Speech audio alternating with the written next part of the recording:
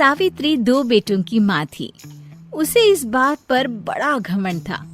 वो मानती थी कि बेटे घर की शान होते हैं। ये ले सावित्री, मिठाई खा, मेरे यहाँ पोती पैदा हुई है।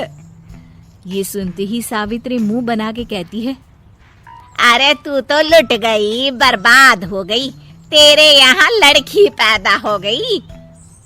अरे तू ऐसा क्यों कह रही है? मैं तो बहुत खुश हूँ।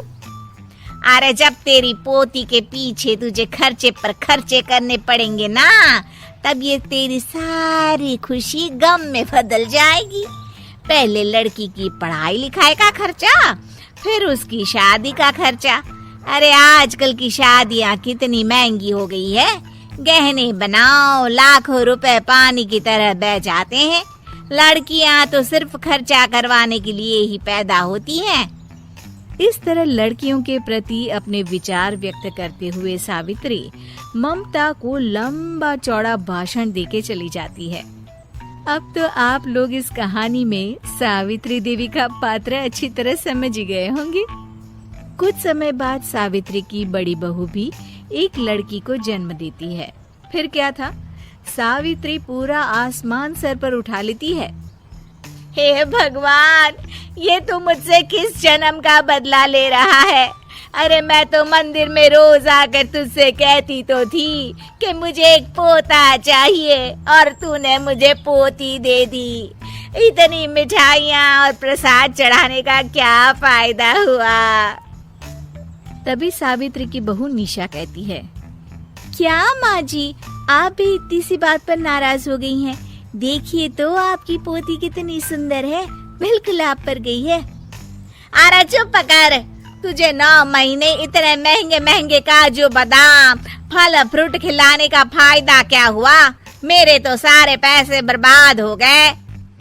ये सुन सावित्री का बड़ा बेटा अजय कहता है, माँ, तुम सिर्फ नाम के लिए 2020 में रहती हो।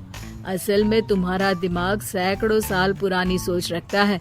आज के जमाने में लड़का और लड़की में कौन फर्क करता है? मैं तो बहुत खुश हूँ कि भगवान ने मुझे लक्ष्मी के रूप में बेटी दी है।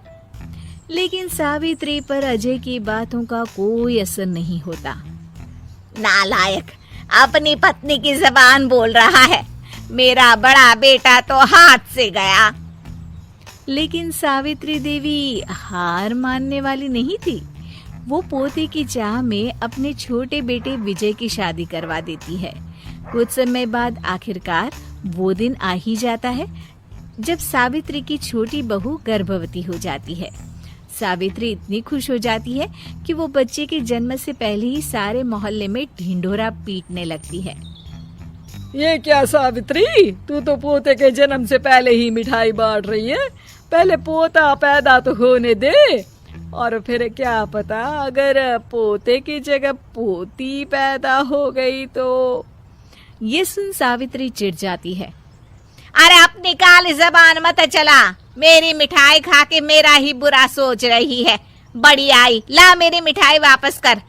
देख लेना, इस बार मेरे यहाँ पोता पैदा होगा, पोता। लेकिन ठीक इसका उल्टा होता है। सावित्री की छोटी बहू भी एक लड़की को जन्म देती है। सावित्री फिर से रोना धोना शुरू कर देती है और अपनी छोटी बहू को कोसते हुए भला बुरा कहने लगती है। देखते ही देखते ये सावित्री की रोज की आदत हो जाती है। एक दिन उसकी इस आदत से परेशान होकर विजय अपने भाई अजय से कहता है, भैया, माँ खुद एक औरत होकर हमारी बेटियों को पसंद नहीं करती, उल्टा उन्हें रोज कोसती रहती है। मुझे माँ की यह आदत बिल्कुल पसंद नहीं आती। अरे तू ठीक कहता है, मैं भी अब माँ से तंग आ गया हूँ। अच्छा, तो अब तुम दोनों इस तरह पीठ पीछे मेरी बुराई भी करने लग गए हो? नहीं माँ, हम चाहते हैं कि घर में शांति बनी रहे। हमें हमारी बेटियाँ बहुत प्यारी है। मैं नहीं चाहता कि वह तुम्हारे ताने सुन सुन कर बड़ी हो, और इसीलिए हम दोनों ये घर छोड़कर चले जाएंगे। हाँ माँ, मैं भैया की बात से सहमत हूँ। जब तुम इस घर में अकेली रहोगी तब तुम्हें अपनों की कीमत का एहसास होगा। अपने दोनों बेटों के मुंह से अपनी माँ के लिए इतने कठोर शब्द सुन सावित्री भावुक और रुआंसी होकर कहती है, क्या सच में तुम दोनों मुझे इस घर में अकेली छोड़कर चले जाओगे?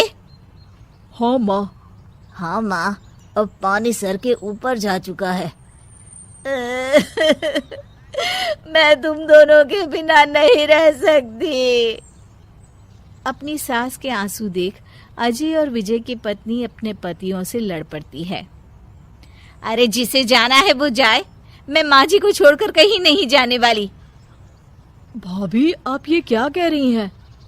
वही जो तुम सुन रहे हो, दीदी बिल्कुल सही कह रही है। हम बेटियों के संस्कार हमें सिखाते हैं कि सास माँ समान नहीं बल्कि माँ ही होती है और उस माँ की जिंदगी भर सेवा की जाती है। बेटे अपना फर्ज भूल सकते हैं लेकिन बेटियां नहीं।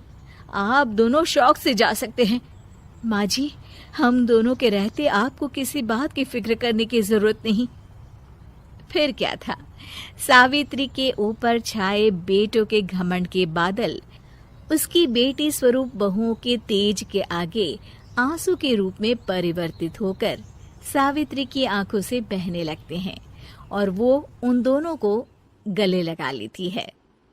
मैं जिंदगी भर बेटियों को कोसती रही, लेकिन आज तुम दोनों को देख मुझे समझ आ गया कि बड़े अभागे होते हैं वो लोग जिनके घर बेटियां नहीं होती।